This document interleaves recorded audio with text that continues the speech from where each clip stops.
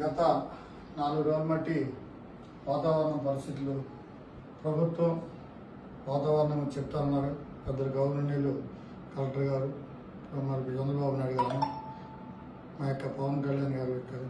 వీళ్ళందరూ కూడా చాలా దారుణంగా ఈ యొక్క తుఫాను ఉంటుందని 8, 9, 28, 29, 30 తారీఖులు జాగ్రత్తగా ఉండమని చెప్తున్నారు.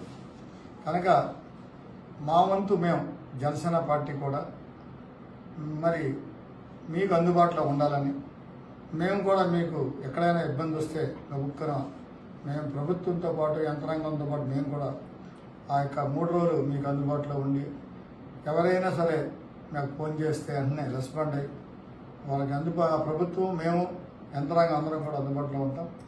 ఈ యొక్క మరి టీంలో అనేక జన సైనికులు మరి అలాగే డివిజన్ ఇన్ఛార్జీలు మరి యువ మహిళలు అందరూ కూడా దీంట్లో పాల్గొంటారు. ఎందుకంటే పవన్ కళ్యాణ్ గారి ఉద్దేశం ప్రభుత్వం అందరూ చేస్తారు, కానీ మీరు కూడా చేయండి, మీ వంతు మీరు చేయండి అన్నప్పుడు మా వంతు మేము అందరం కూడా కలిసి మీతో పనిచేస్తానికి సిద్ధంగా ఉన్నాం. ఈ యొక్క ఫోన్ నెంబర్లు మీకు ఇస్తాం. మరి ఇక్కడ అయితే కాకుండా ప్రభుత్వం ఏర్పాటు చేసినటువంటి పునరావాస కేంద్రాలు వాటిల్లో రావటం, లోతట్టు ప్రాంతంలో వాళ్ళందరూ కూడా అక్కడ రావాలి. అలాగే స్లమ్ ఏరియాలో ఉండి ఎప్పుడు మొలకు గురవుతున్నటువంటి వాళ్ళు ముందుగానే జాగ్రత్తగా ఉండాలి. నిత్యావసర సరుకులన్నీ కూడా మరి జాగ్రత్తగా ముందుకు ముందే ఉంచుకుంటాం మంచిదని ప్రభుత్వం అనేక రకాలుగా హెచ్చరికలు చేస్తున్నారు.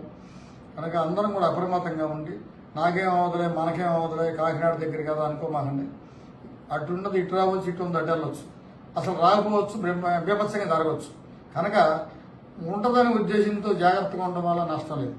కనుక ఈ ఆలోచనతో మనందరం కూడా అప్రమత్తంగా ఉంటూ పిల్లలు బిడ్డలు కూడా బయట తిప్పకుండా స్కూల్స్ కాలేజీలు కూడా సెలవులు ఇచ్చారంటే దాని తీవ్రత ఎంత ప్రభావం ఉంటుందనేది మనం కూడా ఆలోచించి జాగ్రత్తగా ఉండాలని, మీకు ఎప్పుడు జనసేన పార్టీ అందుబాటులో ఉంటుందని కోరుకుంటూ సెలవు తీసుకుంటాం.